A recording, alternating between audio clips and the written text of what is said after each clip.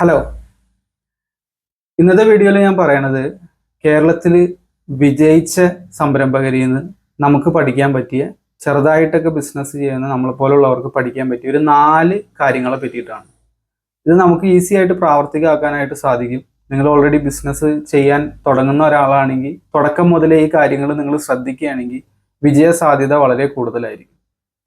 ഈ വിജയിച്ച സംരംഭകരുടെ അവരിൽ നിന്ന് പാഠം ഉൾക്കൊള്ളുക എന്ന് പറയുമ്പോൾ പലരും ചെയ്യണം എന്താണെന്ന് വെച്ച് കഴിഞ്ഞാൽ അവര് വളർന്നതിന് ശേഷം എന്ത് ചെയ്യുന്നു എന്ന് നോക്കി അത് പ്രാവർത്തികമാക്കാൻ നോക്കും.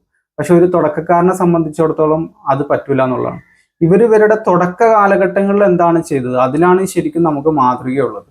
തുടക്കത്തിൽ ഇവർ ചെയ്ത കാര്യങ്ങൾ നമ്മൾ പ്രാവർത്തികമാക്കാനാണ് നോക്കേണ്ടത്. അതല്ലാതെ ഒരിക്കലും ഇപ്പോൾ വലിയൊരു വൻകിട ബിസിനസ്സുകാരൻ ചെയ്യുന്ന കാര്യങ്ങളൊന്നും തുടക്കത്തിൽ നമുക്ക് ചെയ്യാൻ പറ്റൂല. അപ്പൊ തുടക്കത്തിൽ ഇവരെന്തൊക്കെയാ ചെയ്തതെന്നുള്ളത് നമുക്ക് നോക്കാം. ഒന്നാമതായിട്ട് ഇവർ ചെയ്ത കാര്യം എന്താണെന്ന് വെച്ച് കഴിഞ്ഞാൽ, ഇത് കേൾക്കുമ്പോൾ ഒരു പക്ഷേ നിങ്ങൾക്ക് ചിരി വന്നേക്കാം, ഇവർ തുടക്കം കുറിച്ചു എന്നുള്ളതാണ്. ആ ബിസിനസ് തുടങ്ങാനുള്ള റിസ്ക് അങ്ങ് എടുത്തു എന്നുള്ളതാണ്. പലരുടെയും പ്രശ്നം എന്താണെന്ന് വെച്ച് കഴിഞ്ഞാൽ വർഷങ്ങളായിട്ട് ഒരു ഐഡിയയുടെ പുറകെ ഇങ്ങനെ നടക്കുകയാണ്. അതല്ലെങ്കിൽ ഒരു മാസം ഒരു ഐഡിയ, അടുത്ത മാസം വേറെ ഐഡിയ, അങ്ങനെ അങ്ങനെ ചാടി കളിച്ചുകൊണ്ടിരിക്കുകയാണ്. തുടങ്ങണില്ല, ഒന്നും തുടങ്ങണില്ല എന്ന് പേടിയായിരിക്കുക, അല്ലെങ്കിൽ പല പല കാരണങ്ങളായിരിക്കും. ഈ തുടക്കം കുറിക്കുക എന്നുള്ളതാണ് ഒന്നാമത്തെ സ്റ്റെപ്പ്.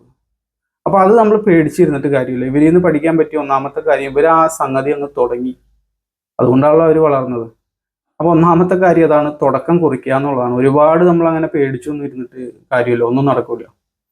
അപ്പൊ തുടക്കം കുറിക്കുക, ഒന്നാമത്തെ ക്വാളിറ്റി അതാണ്. രണ്ടാമത് ഇവരിൽ നിന്ന് പഠിക്കാനുള്ള ഒരു പാഠം എന്ന് പറഞ്ഞു കഴിഞ്ഞാൽ, ഏതെങ്കിലും ഒരു മേഖലയിൽ ഇവർ വർഷങ്ങളോളം കാലുറച്ചിങ്ങനെ നിൽക്കും. അവർ ചാടി കളിക്കുന്ന സ്വഭാവമല്ല. ഏതെങ്കിലും ഒരു കാറ്റഗറി പിടിച്ച് അതിൽ എക്സ്പേർട്ട് ആവാനാണ് ഇവർ ശ്രമിച്ചേക്കുന്നത്. ഏതെങ്കിലും ഒരു ഇൻഡസ്ട്രി പിടിച്ച് ആ ഇൻഡസ്ട്രിയിൽ മാത്രം വളരാനാണ് നോക്കിയേക്കുന്നത്. ഓരോ മാസം ഓരോ ബിസിനസ്സുകളല്ല ഇവർ ചെയ്യണം. ഇന്നൊരു ബിസിനസ്, നാളെ വേറെ ബിസിനസ്, കുറച്ച് ചെയ്യാൻ നേരത്ത് വേറൊരാൾ വന്ന് വേറൊരു ഐഡിയ പറയും, അപ്പൊ അതിന്റെ പുറകെ പോകും. പിന്നെ കുറച്ച് കളയുമ്പോഴായിരിക്കും മനസ്സിലാവണത് അതത്ര സ്യൂട്ടബിൾ അല്ല, അപ്പൊ അടുത്ത ബിസിനസിന്റെ പുറകെ പോകും. അങ്ങനെ അങ്ങനെ അങ്ങനെ ചാടി കളിക്കല്ലോ. ഒരു ഇൻഡസ്ട്രിയിൽ നിന്ന് അതിന്റെ A to C കാര്യങ്ങൾ പഠിച്ച് അതിൽ എക്സ്പേർട്ടായി ചിലപ്പോൾ വർഷങ്ങൾ കഴിഞ്ഞിട്ടായിരിക്കും ഇവർ അറിയപ്പെട്ടു തുടങ്ങുന്നത്. ഈ ചാടിക്കളിച്ചാലുള്ള ഒരു പ്രശ്നം എന്താണെന്ന് വെച്ച് കഴിഞ്ഞാൽ, നമുക്ക് ഒന്നിലും വളരാൻ പറ്റൂല എന്നുള്ളതാണ്. ഒരു സംഗതി നമ്മൾ പഠനവിധേയമാക്കാൻ നേരത്തെ അതിന് വർഷങ്ങൾ എടുത്താലാണ് ഒരു പക്ഷേ നമുക്ക് അതിൻ്റെ A to C കാര്യങ്ങൾ പഠിച്ച് അതൊരു പ്രൊഡക്റ്റ് ആക്കി മാർക്കറ്റിൽ ഇറക്കി നമുക്ക് വിജയിക്കാൻ പറ്റുള്ളൂ. ഇപ്പോൾ ഓരോ വർഷവും നിങ്ങൾ ഓരോ ബിസിനസ് ഐഡിയ ആയിട്ട് വന്നു കഴിഞ്ഞാൽ നമ്മുടെ സമയം വേസ്റ്റ് ആയിക്കൊണ്ടിരിക്കുകയാണ്. ഒന്നിലും എക്സ്പേർട്ട് ആവാൻ പറ്റാത്തൊരവസ്ഥ വരും. അപ്പൊ ഈ വിജയിച്ചവരെല്ലാം നിങ്ങൾ എടുത്തു നോക്കിക്കോ, ഏതെങ്കിലും ഒരു ഇൻഡസ്ട്രിയിൽ നിന്ന് മികവ് തെളിയിച്ച ആളുകളാണ് അവർ. അവരെല്ലാ ബിസിനസ്സും ചെയ്യാൻ നോക്കുക. പിന്നെ ഇത് പറയുമ്പോൾ വേറൊരു കാര്യം, ഇവർ വളർന്നതിന് ശേഷം അവർ ഡൈവേഴ്സിഫൈ ചെയ്യാറുണ്ട്, മറ്റു മേഖലകളിലേക്ക് കടക്കാറുണ്ട്. പക്ഷെ അവർ ആ ഒരു പൊസിഷനിലേക്ക് എത്തിച്ചത് ഏതെങ്കിലും ഒരു മേഖലയിൽ ഉറച്ചു നിന്നുകൊണ്ടായിരിക്കും. തുടക്കത്തിൽ അവര് കാർഡടിച്ച് വെടിവെച്ച് എല്ലാ ബിസിനസ്സും ചെയ്യാൻ അവർ നോക്കില്ല. അവരുടേതായിട്ടുള്ള ഒരു മേഖല തിരഞ്ഞെടുത്ത് അതിൽ ഉറച്ചു നിൽക്കാനാണ് അവർ ശ്രമിച്ചത്. പിന്നെ ശരിക്കും വളർന്നതിന് ശേഷം നല്ല ഇൻകം ഒക്കെ വന്നതിന് ശേഷം മാത്രമാണ് അതെങ്ങനെ ഡൈവേഴ്സിഫൈ ചെയ്തെന്ന് ചിന്തിക്കുമ്പോഴാണ് മറ്റ് ബിസിനസ്സുകളിലേക്ക് അവർ സാധാരണ കടക്കാറ്. അല്ലാതെ തുടക്ക കാലഘട്ടങ്ങളിൽ ഒരിക്കലും 5 ബിസിനസ് ഒരുമിച്ച് ചെയ്യാൻ അവർ ശ്രമിച്ചിട്ടില്ല. അപ്പൊ ഇത് അവരിൽ നിന്ന് പഠിക്കാനുള്ള രണ്ടാമത്തെ ഒരു പാഠമാണ്. ഇത് തുടക്കക്കാർ ശ്രദ്ധിക്കേണ്ട ഒരു കാര്യമാണ്, നമ്മളെ പോലുള്ളവർ. ഇനി മൂന്നാമത്തെ കാര്യം എന്താണെന്ന് വെച്ച് കഴിഞ്ഞാൽ, ഇവർ തുടക്കം മുതൽ തന്നെ പ്രൊഡക്റ്റിന്റെ ക്വാളിറ്റിയിൽ ഫോക്കസ് ചെയ്തു എന്നുള്ളതാണ്. കാരണം ഇവരൊരു ബ്രാൻഡായിട്ടൊക്കെ മാറണമെങ്കിൽ പ്രൊഡക്റ്റ് ക്വാളിറ്റി എന്തായാലും മസ്റ്റ് ആയിട്ടുള്ള കാര്യമാണ്. ഇപ്പൊ റോ മെറ്റീരിയൽ തിരഞ്ഞെടുക്കുന്ന ആ ഒരു പോയിന്റ് മുതൽ നല്ലത് കൊടുക്കുക, ജനങ്ങൾക്ക് നല്ലത് കൊടുക്കുക എന്നുള്ള ഒരു ഐഡിയ ഇവർക്ക് ഉണ്ടായിരുന്നു. എന്തെങ്കിലും കാട്ടിക്കൂട്ടി കാശുണ്ടാക്കണമെന്നുള്ള രീതിയല്ല, നല്ലത് കൊടുത്ത് അതിലൂടെ കാശ് വരിക എന്നുള്ളൊരു ആശയമായിരുന്നു അവരുടെ മനസ്സിൽ തുടക്കം മുതലേ ഉണ്ടായിരുന്നു. അതുകൊണ്ട് ക്വാളിറ്റിയിൽ അവർ സാധാരണഗതിയിൽ കോംപ്രമൈസ് വരുത്തിയിട്ടില്ല. മറ്റു പല കാര്യങ്ങളും സാക്രിഫൈസ് ചെയ്താലും ക്വാളിറ്റി അവർ സാക്രിഫൈസ് ചെയ്തിട്ടില്ല. അതുകൊണ്ടാണ് അവർക്ക് മാർക്കറ്റിൽ വർഷങ്ങളോളം പിടിച്ചു നിൽക്കാനും വളരാനും സാധിച്ചത്. അപ്പോൾ തുടക്കം മുതൽ നിങ്ങൾ പ്രൊഡക്റ്റിന്റെ ക്വാളിറ്റിയിൽ ഫോക്കസ് ചെയ്യുക. ഇതുകൊണ്ടുള്ള ഗുണം എന്താണെന്ന് വെച്ച് കഴിഞ്ഞാൽ, ഒന്നാമത് നിങ്ങളുടെ ആ ഒരു പേര് വളർന്നു വരും. രണ്ടാമത്തെ കേസ് എന്താണെന്ന് വെച്ച് കഴിഞ്ഞാൽ, നിങ്ങൾക്ക് മാർക്കറ്റ് വിലയേക്കാൾ ഒരു 10-20 രൂപ കൂട്ടി വിറ്റാൽ പോലും ആരും നിങ്ങളെ ചോദ്യം ചെയ്യൂല. കാരണം അതിനുള്ളത് അതുണ്ട് എന്ന് കസ്റ്റമർ തന്നെ പറയും. നിങ്ങൾ പറഞ്ഞിട്ട് കാര്യമില്ല, കസ്റ്റമർ പറയണം. അപ്പോൾ പ്രൊഡക്റ്റ് ക്വാളിറ്റിയിൽ ഇവർ തുടക്ക കാലഘട്ടം മുതലേ ഫോക്കസ് ചെയ്തിട്ടുണ്ട്. ഇനി നാലാമത്തത്, ഏറ്റവും അവസാനത്തെ ഒരു കാര്യം എന്താണെന്ന് വെച്ച് കഴിഞ്ഞാൽ, ഇവരൊരു വ്യക്തിയിലുപരി ഇവരൊരു ബ്രാൻഡ് ബിൽഡ് ചെയ്യാൻ ശ്രമിച്ചു. തുടക്കം മുതലേ അവരൊരു ബ്രാൻഡിങ്ങിനെ പറ്റി ചിന്തിക്കുകയും ഒരു ബ്രാൻഡ് ബിൽഡ് ചെയ്യണം. ഞാനില്ലെങ്കിലും ആ ബിസിനസ് നടന്നു പോകണം. ഇപ്പം എൻ്റെ പേരിലൂടെ അറിയപ്പെടാതെ ആ ഒരു ബിസിനസ് ബ്രാൻഡ് ബിൽഡ് ചെയ്യണം. ചിലപ്പോൾ അതിൻ്റെ പിന്നണിയിലുള്ള ആൾ ആരാന്ന് പോലും നമുക്കറിയില്ലായിരിക്കും.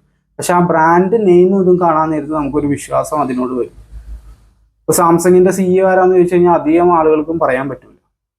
പക്ഷെ ആ ഒരു ബ്രാൻഡ് വാല്യൂ അവർ ബിൽഡ് ചെയ്തിട്ടുണ്ട്. അപ്പോൾ തുടക്ക കാലഘട്ടം മുതലേ ഒരു ബ്രാൻഡ് ബിൽഡ് ചെയ്യാൻ നമ്മൾ ശ്രമിക്കുക. നിങ്ങളില്ലെങ്കിൽ ബിസിനസ് നടക്കൂല, നിങ്ങളാണ് അതിൻ്റെ എല്ലാം എന്നുള്ള രീതിയിൽ വരാതെ ഒരു ബ്രാൻഡ് ബിൽഡ് ചെയ്ത് നിങ്ങളുടെ ആബ്സെൻസിലും ബിസിനസ് നടക്കും. ആ ബ്രാൻഡ് നെയിം കാണുമ്പോൾ, ആ ലോഗോ കാണുമ്പോൾ ആളുകൾക്ക് അത് പിക്ക് ചെയ്യാനുള്ള ഒരു ടെൻഡൻസി വരും. അപ്പോൾ തുടക്കം മുതലേ ഇവർ ബ്രാൻഡ് ബിൽഡ് ചെയ്യാൻ ശ്രമിച്ചിട്ടുണ്ട്. ചില ആളുകൾ തുടക്കത്തിൽ അത് ശ്രമിച്ചിട്ടില്ല. പിന്നീട് എപ്പോഴോ അവരുടെ എക്സ്പീരിയൻസിലൂടെ അവർക്ക് മനസ്സിലായി ഇങ്ങനെ പോയി കഴിഞ്ഞാൽ ഇത് വളരില്ല, ഒരു ബ്രാൻഡ് ബിൽഡ് ചെയ്യാതെ ഇനി പറ്റൂല. അത് അവരുടെ ഒരു എക്സ്പീരിയൻസിലൂടെ അവർ കിട്ടിയത്. തുടക്കത്തിൽ ഒരു പക്ഷെ അവർക്ക് ഇതിന് അറിവുണ്ടായിരുന്നിരിക്കില്ല. കുറച്ച് കാലഘട്ടം അങ്ങോട്ട് കഴിഞ്ഞതോടുകൂടി അവർക്ക് മനസ്സിലായി ഇനി ഇതില്ലാതെ പറ്റില്ല എന്ന് മനസ്സിലാക്കുമ്പോൾ അവരൊരു ബ്രാൻഡ് ബിൽഡ് ചെയ്യും. നിങ്ങളെല്ലാവരും എടുത്തു നോക്കുക, അവരുടെ പുറകിൽ ഒരു ബ്രാൻഡ് ഉണ്ടാവും. അപ്പോൾ ഈ 4 കാര്യങ്ങളാണ് നമ്മൾ ശ്രദ്ധിക്കേണ്ടത്. ഒന്നാമതായിട്ടുള്ളത് എന്താണെന്ന് വെച്ച് കഴിഞ്ഞാൽ നിങ്ങളൊന്ന് ഇറങ്ങി തിരിക്കുക, തുടക്കം കുറിക്കുക എന്നുള്ളതാണ്. അതാണ് ഒന്നാമത്തെ കാര്യം. ഇതാണ് ഏറ്റവും ചാലഞ്ചിങ് ആയിട്ടുള്ളൊരു പാട്ടെന്ന് വേണമെങ്കിൽ പറയാം. പലർക്കും ഇറങ്ങിത്തിരിക്കാനുള്ളൊരു മടിയുണ്ട്. രണ്ടാമതായിട്ട് പറയാനുള്ളത് എന്താണെന്ന് വെച്ച് കഴിഞ്ഞാൽ ഒരു മേഖലയിൽ നിങ്ങൾ ഉറച്ചു നിൽക്കുക. അങ്ങനെ ചാടിക്കളിക്കാതെ ഏതെങ്കിലും ഒരു മേഖലയിൽ ഉറച്ചു നിന്ന് അതിൽ എക്സ്പേർട്ട് ആയതിനു ശേഷം മാത്രം, വളർന്നതിന് ശേഷം മാത്രമാണ് ഈ ഡൈവേഴ്സിഫിക്കേഷനെ പറ്റി മറ്റു മേഖലകളിലേക്ക് കടക്കുന്നതിനെ പറ്റിയിട്ട് നിങ്ങൾ ചിന്തിക്കേണ്ട ആവശ്യം തന്നെയുള്ളൂ. തുടക്ക സമയത്ത് നിങ്ങൾക്ക് ഇൻട്രസ്റ്റിംഗ് ആയിട്ടുള്ള ഒരു മേഖല തിരഞ്ഞെടുക്കുക, അതിൽ പ്രൊഡക്റ്റുകൾ ഇറക്കി തുടങ്ങുക. പതിയെ അതേ മേഖലയിൽ തന്നെ എക്സ്പാൻഡ് ചെയ്ത് വരാമെന്നുള്ളതാണ് ഇവരിൽ നിന്ന് കിട്ടുന്ന രണ്ടാമത്തെ ക്വാളിറ്റി. മൂന്നാമത്തത് എന്താണെന്ന് വെച്ച് കഴിഞ്ഞാൽ പ്രൊഡക്റ്റിൻ്റെ ക്വാളിറ്റി. ഡേ 1 മുതൽ അവരതിൽ ഫോക്കസ് ചെയ്തിരുന്നു. അതുകൊണ്ടാണ് ക്വാളിറ്റി ഇല്ലെങ്കിൽ നമുക്ക് വളരാൻ പറ്റില്ല. ഇപ്പം അഡ്വർടൈസ്മെൻ്റ് കൊടുത്തു കഴിഞ്ഞാൽ ആദ്യ തവണ കസ്റ്റമറെ അട്രാക്ട് ചെയ്യാൻ അത് സഹായിക്കും. പക്ഷെ ഒരു തവണ വാങ്ങിച്ച കസ്റ്റമർ വീണ്ടും റിപ്പീറ്റഡ് ആയിട്ട് വാങ്ങിക്കുമ്പോഴാണ് നമുക്ക് ശരിക്കും ലാഭം വന്നത്. കാരണം ഒരു കസ്റ്റമർ കിട്ടി, അവനത് റിപ്പീറ്റഡ് ആയിട്ട് വാങ്ങിക്കണമെങ്കിൽ സ്വാഭാവികമായിട്ടും അവർ പേ ചെയ്ത എമൗണ്ടിനുള്ള സാധനം അത് ഉണ്ടാവണം. അപ്പോൾ പ്രൊഡക്റ്റ് ക്വാളിറ്റിയിൽ ഇവർ നല്ല രീതിയിൽ ഫോക്കസ് ചെയ്തിരുന്നു ഡേ 1 മുതൽ. പിന്നെ അവസാനത്തതായിട്ടുള്ളത് അവർ ബ്രാൻഡ് ബിൽഡ് ചെയ്തു. അവർ നല്ലൊരു ബ്രാൻഡ് ബിൽഡ് ചെയ്തതിന് ശേഷമാണ് അവർ ശരിക്കും ഒരു അറിയപ്പെട്ടവരായിട്ട് മാറിയത്. പലരും അത് തുടക്കത്തിൽ ഉണ്ടായിരുന്നില്ല. പിന്നീട് അവരുടെ എക്സ്പീരിയൻസിലൂടെ എങ്ങനെയാണ് അവർ മനസ്സിലാക്കി ഇതില്ലെങ്കിൽ കാര്യം നടക്കില്ല എന്ന് മനസ്സിലാക്കിയതോടുകൂടി അവർ ബ്രാൻഡ് ബിൽഡ് ചെയ്യുകയും വളരാനും ശ്രമിച്ചു. അപ്പോൾ ഈ 4 കാര്യങ്ങളാണ് ബിസിനസ്സിലേക്ക് പുതിയതായിട്ട് വരുന്നവർക്ക് ഓൾറെഡി വിജയിച്ച കേരളത്തിൽ നിന്ന് തന്നെയല്ല മറ്റ് പല ഭാഗങ്ങളിലും വിജയിച്ച സംരംഭകരിൽ നിന്ന് പഠിക്കാനുള്ള കാര്യങ്ങൾ. അപ്പോൾ മറ്റു ബിസിനസ് വിശേഷങ്ങളുമായിട്ട് ഞാൻ വീണ്ടും വരും. Thank you for watching.